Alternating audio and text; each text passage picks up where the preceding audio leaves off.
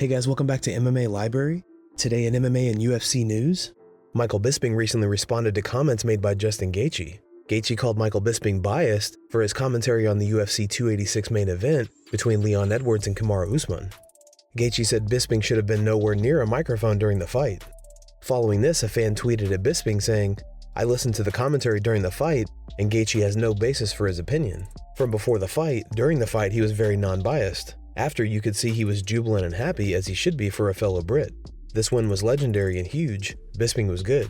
Bisping then replied to this tweet saying, "Thanks, Doug. I always only call it as I see it. And you have to celebrate the winner, regardless of who it is. Can't be sad someone didn't win. Winner in all cases must be celebrated. And I have huge admiration and respect for Usman as a fighter in person. A true gentleman." Jon Anik also weighed in on Gaethje's comments saying, "Must say in defense of my broadcast partner Michael Bisping, the man has zero agenda, nor any bias when calling fights. Might even have a closer personal relationship with Kamaru Usman than he does Leon Edwards. He just felt as though Edwards controlled the stand-up, landed more cleanly." Bisping replied, "Thank you, Jon Anik. Appreciate you greatly." Josh and Big John from the Weighing In podcast react to Conor McGregor saying he will 100% be fighting Michael Chandler at 170. The pair then go on to discuss Conor's absence from the USADA testing pool. Here's the clip. Conor said what? He said he's going to fight Chandler at 170 for sure. There was speculation that it would be at 55. Dana, I think. No, there was not. At one point. Well, Dana did say 55 Dana at one point. said 55. Yeah, and Dana said 55. Dana didn't have a scale like Conor did, okay? And Conor knew exactly where he was at. He was like, no way. Did you see how thick Conor was even at the damn John Jones Gone fight? Come on. Mm-hmm. There's no way he's going to go to 55. Yeah. What's your take on him still not being in the USADA testing pool? If you're gonna, and this is where so weird to me. Again, this comes back to what we just talked about. The rules are not the same for everyone because there is the USADA testing pool, and you know you can say what they want. You're supposed to be in that pool. Henry Cejudo, who is going to be fighting Aljamain, has been in that pool now for how long? Coming up on 6 months, because he's got to be in it and be clean for those 6 months before he can compete. That's the way it's supposed to be. Belal Muhammad reveals he was confused when he wasn't chosen as the backup for Usman versus Edwards last weekend. Here's what Belal had to say.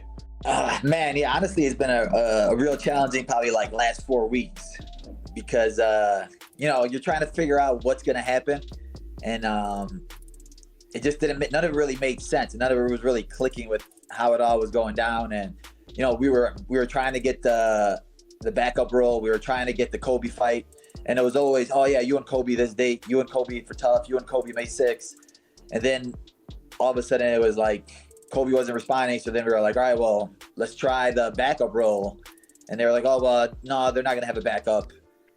And then all of a sudden he pops out. So then you're looking at it like, man, none of this really is clicking, and it's like kind of like in the movie Casino, where like you're riding in the front seat and the mobster's in the back seat. You know you're about to get shot.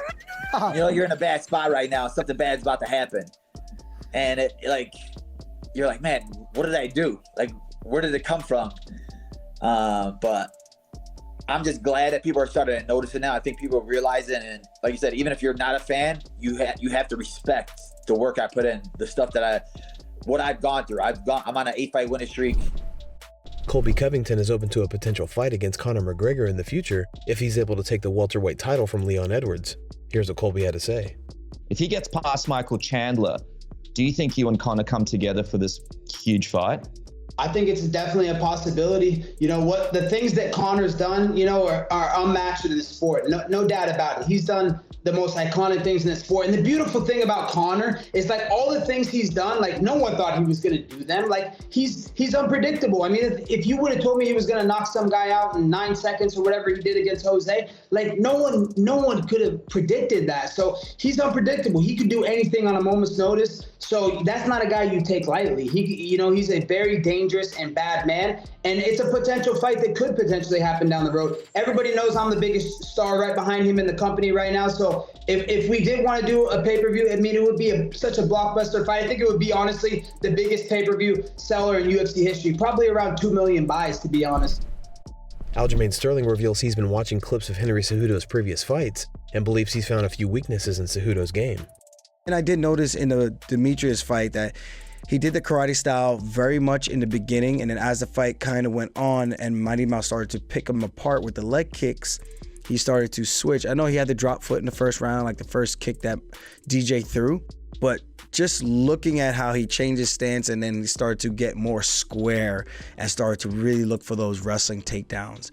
And even with those takedowns, Mighty Mouse did a great job of hitting the Grammys to get out of there. And Henry had no like real spatial awareness to follow and maintain control in those positions. But he did a good job of covering the hips whenever he did get on top and just staying heavy and settling and catching the head and arm and able to pin Mighty Mouse down to the canvas until Mighty Mouse was able to get to a hip and get to that half guard / single leg and get back up to his feet. So very, very high level stuff. And I like I said, I'm seeing good things. And again, I know Henry didn't get there by accident. I didn't get here by accident. I think that is why the fans are in for a great fight. I think this is going to be a barn burner. And it's going to come down to who wants it more. I think conditioning is going to be a very big factor. We both really want it, but I think it's going to be the first guy to get tired and fatigued. Adriano Moraes is set to face off against Demetrious Johnson for the ONE Championship flyweight title on May 5th. During a recent interview, Adriano had this to say about the rematch. So what went wrong in your opinion, and why are you going to correct it May 5th in Colorado?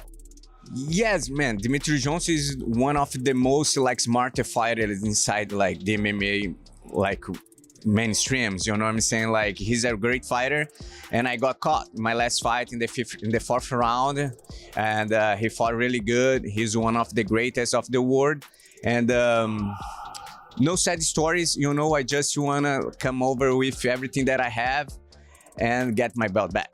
I'm very excited because when I fought in Brazil, I became a champion. When I fought in Asia, I became a champion. So right now I have the opportunity to become a champion in the United States. So it's gonna be the ONE Championship US debut, but it's gonna be mine too. It's gonna be my first MMA fight here in the United States. Eddie Hearn spoke about Conor McGregor's interest in Katie Taylor's return to the boxing ring in Ireland. Eddie spoke about the potential cornering of Taylor by McGregor should Jake Paul be in the corner of Amanda Serrano. Here's the clip. What sort of marketability do you think that fight could have? Yeah, massive. I mean, Conor's going to sponsor the event on May 20th, and you know he wanted to help see how we could make Croke Park happen. With everything that happened, we're very happy to be in the free arena. But yeah, this could be Katie Taylor's first fight in our last fight in Ireland. Could be the first fight in Ireland. You know, it just depends what happens on the night. But if she wins, then you know certainly we'd look at the Amanda Serrano fight at Croke Park. And Conor's involvement at any level would be great, and obviously him and Jake Paul on opposite corners would be even more special. Following this, Eddie Hearn admits he's a fan of Conor McGregor. When you met with him and you sat down, is it a little bit surreal listening to this guy and his passion for the sport? Yeah, I mean, I'm a fan, and I met him once before at a Katie Taylor fight. Great energy, great passion as well. I've got to say, the Black Forge Irish Stout, I don't even drink Guinness or anything like that. I loved it. The proper 12, the apple one. Banging. Available in all stores now. Banging as well, and look, also a great place with great food. So he's a character, and would be obviously any time he's involved is a help for the promotion. Guys, thanks so much for checking out the video. If you like the content we do here on this channel, don't forget to like and subscribe to MMA Library for all the latest MMA and UFC news. We'll see you in the next video.